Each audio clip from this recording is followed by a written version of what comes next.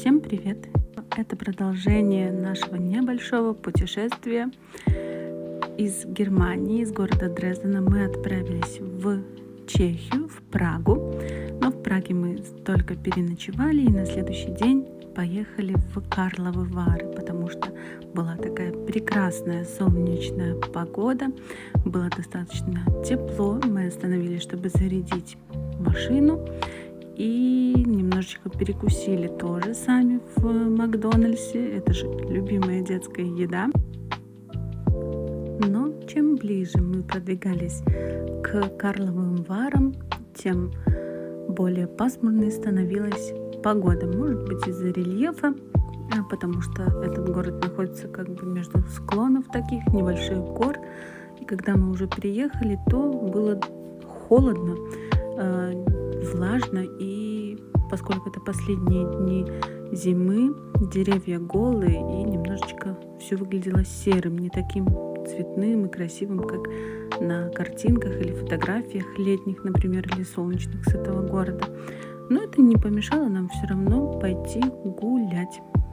Честно говоря, ожидала я от этого города немножечко больше. Почему-то казалось мне, что он будет гораздо симпатичнее и интереснее. Самое главное, что здесь есть, это, конечно же, лечебные питьевые источники. Очень много русскоговорящих людей в этом городе. Иностранцев тоже, очень много китайцев было. Все дома, которые стоят, это в основном или отели, или рестораны, и у них на первом этаже расположены магазины. Это такая гейзерная колоннада. Вот тут вот выведены питьевые источники. Центром этой гейзерной колоннады является большой гейзер Вржидло. Надеюсь, правильно произношу.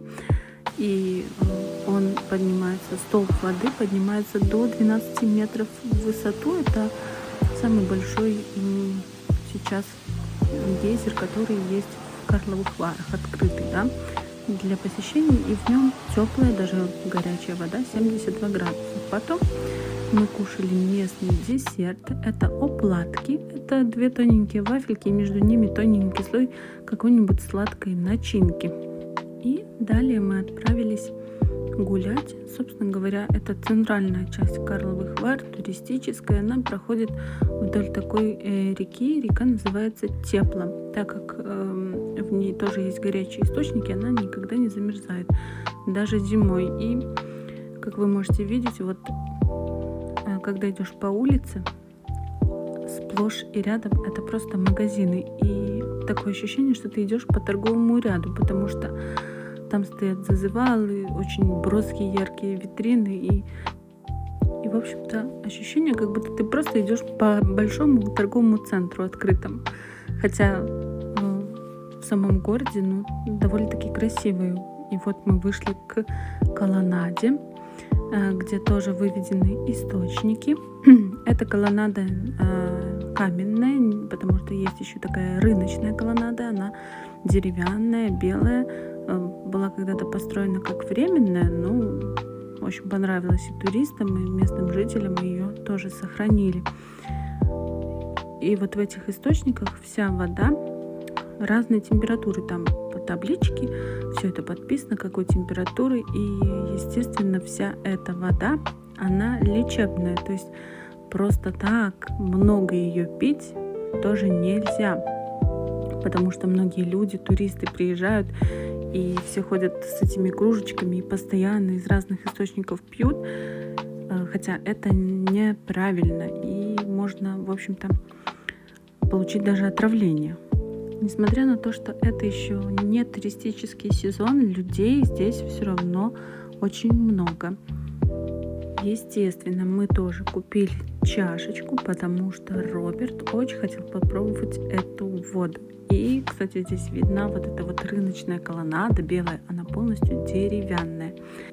Довольный Робик бежит к источнику, чтобы попробовать эту воду. Он, конечно же, еще не знает, какова она на вкус. И, к слову, он даже обычную минеральную воду не любит, не говоря уже о том, чтобы вот такую лечебную. Но как это быть в Карловых Варах и не попробовать из этой знаменитой чашечки знаменитой карловарской воды. Главное, чтобы все было в меру.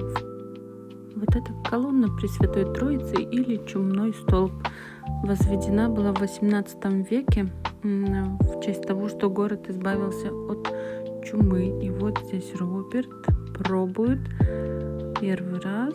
Ну, и можете видеть по его лицу, что ему не очень понравилась вода.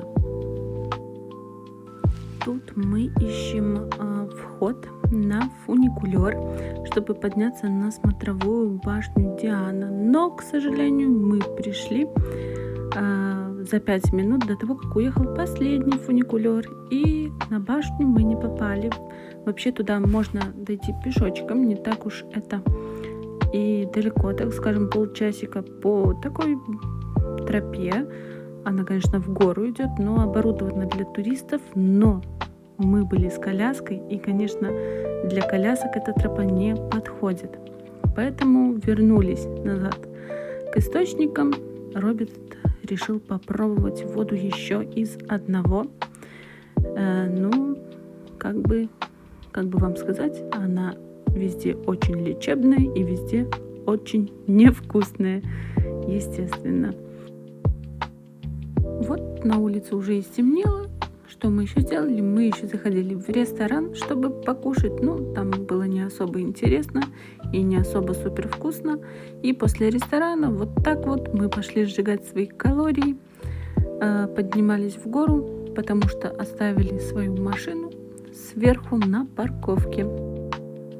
Вообще, мне кажется, Карловы Вары – это классный город, когда тебе немножечко за 40 или за 50, потому что тогда, наверное, начинаешь понимать все прелести этих лазенок, этой лечебной воды питьевой и вот этого всего оздоровления в целом. Классно, здорово. Наверное, вернемся еще туда попозже.